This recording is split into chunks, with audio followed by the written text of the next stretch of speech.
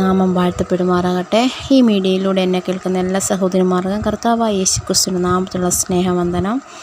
Epaphras എന്ന ദൈവദാസനെക്കുറിച്ച് ഈ ദിവസങ്ങളിൽ നാം ചിന്തിച്ചുകൊണ്ടിരിക്കുകയായിരുന്നു. എപ്പഫ്രാസ് എത്രത്തോളം ദൈവനാമത്തിന് വേണ്ടി നിന്നെന്നും ദൈവസഭയെക്കുറിച്ച് എത്രമാത്രം ശുഷ്കാന്തി ഉണ്ടെന്നും നാം ചിന്തിക്കുകയുണ്ടായിരുന്നു. പ്രിയപ്പെട്ടവരെ, ആ എപ്പഫ്രാസ് ഒരു നല്ല മാതൃകയാണ് നമ്മുടെ മുമ്പിൽ. ഇന്ന് നമുക്ക് ചിന്തയ്ക്കായി കൊലോസ്യർക്ക് എഴുതിയ ലേഖനം 1:8 അവൻ നിങ്ങൾക്ക് വേണ്ടി ക്രിസ്തുവിൻ്റെ വിശ്വസ്ത ശുശ്രൂഷകനും നിങ്ങൾക്കുള്ള ആത്മാവിനാലുള്ള സ്നേഹം ഞങ്ങളോട് അറിയിച്ചവൻ. ഇവിടെ എപ്പഫ്രാസ് ആരാണെന്നാണ് പൗലോസ് പറഞ്ഞിരിക്കുന്നത്? ക്രിസ്തുവിൻ്റെ വിശ്വസ്ത ശുശ്രൂഷകൻ. അവൻ നിങ്ങൾക്ക് വേണ്ടി, എപ്പഫ്രാസ് കൊലോസിലുള്ള വിശ്വാസികൾക്ക് വേണ്ടി ക്രിസ്തുവിൻ്റെ വിശ്വസ്ത ശുശ്രൂഷകൻ. പൗലോസ് എപ്പഫ്രാസിനെ പറ്റി പറയുന്നൊരു സാക്ഷ്യവാചകങ്ങളാണിത്. കൊലോസ്യ സഭയ്ക്ക് വേണ്ടി എപ്പഫ്രാസ് ചെയ്ത കാര്യങ്ങൾ പൗലോസ് അറിഞ്ഞിട്ടും കൊലോസ്യ വിശ്വാസികളോട് പറയുകയാണ്, അവൻ നിങ്ങൾക്ക് വേണ്ടി ക്രിസ്തുവിൻ്റെ വിശ്വസ്ത ശുശ്രൂഷകൻ. കൊലോസ്യ സഭ സ്ഥാപിതമായത് എപ്പഫ്രാസ് മുഖേനയാണ്. അതിൻ്റെ പുറകിലായി ഒരുപാട് അധ്വാനിക്കുകയും പ്രവർത്തിക്കുകയും അനേക ഉത്തരവാദിത്തങ്ങളിലൂടെ കടന്നുപോയി. മാത്രമല്ല, ആ സഭ നിലനിർത്തിക്കൊണ്ടു പോവുകയും എന്ന് പറയുന്നത്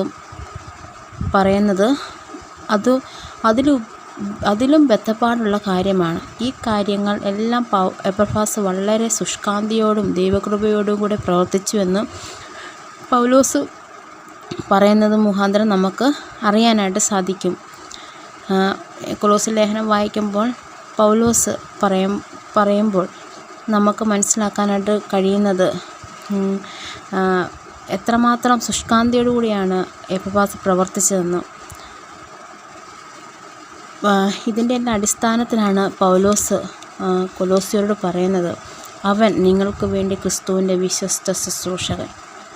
അപ്പോൾ ആ സഭയിലുണ്ടായിരുന്ന ആ പ്രതിസന്ധി ഘട്ടത്തിൽ ആ വിശ്വാസികൾ തെറ്റിപ്പോകുന്നു എന്ന് എപ്പഫ്രാസിന് മനസ്സിലാക്കിയപ്പോൾ താൻ അവരെ ഉറപ്പിക്കുകയും അവരെ പഠിപ്പിക്കുകയും ചെയ്തു. അതോടൊപ്പം ആ വിവരം പൗലോസിനെ എപ്പഫ്രാസ് അറിയിച്ചത്.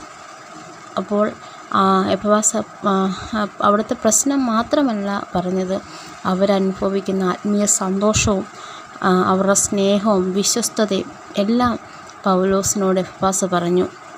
എന്നാലും നാം ചിന്തിച്ചതുപോലെ ഒരു കാര്യം മറ്റൊരാളോട് പറയുമ്പോൾ പല രീതിയിൽ അത് നാം എടുക്കാറുണ്ട്. പക്ഷേ ഇവിടെ എപ്പഫ്രാസ് വളരെ ദൈവകൃപയോടുകൂടി പറഞ്ഞതുകൊണ്ട് ആ കാര്യങ്ങളൊക്കെ പൗലോസിന് വ്യക്തമായി മനസ്സിലാക്കാനായിട്ട് സാധിച്ചു.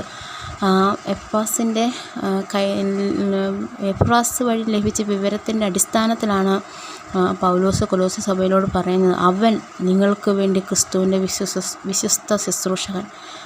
പ്രിയപ്പെട്ടവർ, എത്ര അനുഗ്രഹിക്കപ്പെട്ട ഒരു സാക്ഷ്യമാണ് പൗലോസ് എപ്പഫ്രാസിനെ പറ്റി പറയുന്നത്. ഒരു വിശ്വാസിയെ സംബന്ധിച്ചിടത്തോളം ഏറ്റവും അത്യാവശ്യമായി വേണ്ട ഒരു സ്വഭാവമാണ് വിശ്വസ്തത. നാം അറിയാം, പലപ്പോഴും വിശ്വസ്തത വിശ്വാസികളുടെ ജീവിതത്തിൽ ഇല്ലാതെ പോകും പലപ്പോഴും. പക്ഷേ ഇവിടെ എപ്പഫ്രാസ് നല്ലൊരു മാതൃകയോടുകൂടിയാണ് നമ്മുടെ മുമ്പിൽ നിൽക്കുന്നത്. പൗലോസ് പറയുകയാണ്, ക്രിസ്തുവിൻ്റെ വിശ്വസ്ത ശുശ്രൂഷകൻ. നാം നമ്മെ തന്നെ വിലയിരുത്തുമ്പോൾ എത്ര പേർക്ക് പറയാൻ കഴിയും നാം ഏതെല്ലാം മേഖലയിൽ വിശ്വസ്തയോടെ നിന്നുവെന്ന്? പ്രിയപ്പെട്ടവരെ, നമുക്ക് കാണാൻ കൊലോസ്യർ 1:3 മുതൽ 9 വരെയുള്ള വാക്യങ്ങളിലൂടെ നമുക്ക് കാണാൻ സാധിക്കും. എപ്പഫ്രാസ് പൗലോസിനെ അറിയിച്ച കാര്യങ്ങളാണ് ആ സഭയിലുണ്ടായിരുന്ന അവരുടെ വിശ്വാസം, അവരുടെ ദൈവകൃപ, അവർ ആത്മാവിൽ ഫലം കായ്ക്കുന്നവർ, അവരുടെ ആത്മാവിലുള്ള സ്നേഹം, അതെല്ലാം അറിയിക്കുന്നത് ആ വാക്കുകളിലൂടെ നമുക്ക് മനസ്സിലാക്കുവാനായിട്ട് സാധിക്കും. അപ്പോൾ പൗലോസ് ഓരോ കാര്യങ്ങൾ ചെയ്യുമ്പോൾ വിശ്വസ്തയോടുകൂടിയാണ് ചെയ്തത്.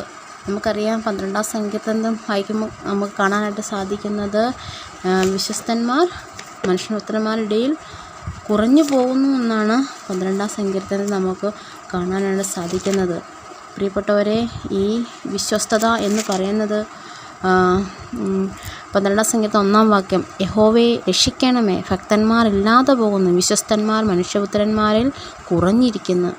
പ്രിയപ്പെട്ടവരെ, ഈ വിശ്വസ്തത എന്ന് പറയുന്ന വളരെ ഒരു നല്ലൊരു ഇമ്പോർട്ടൻ്റായ ഒരു കാര്യമാണ് ഒരു വിശ്വാസിയുടെ ജീവിതത്തിൽ.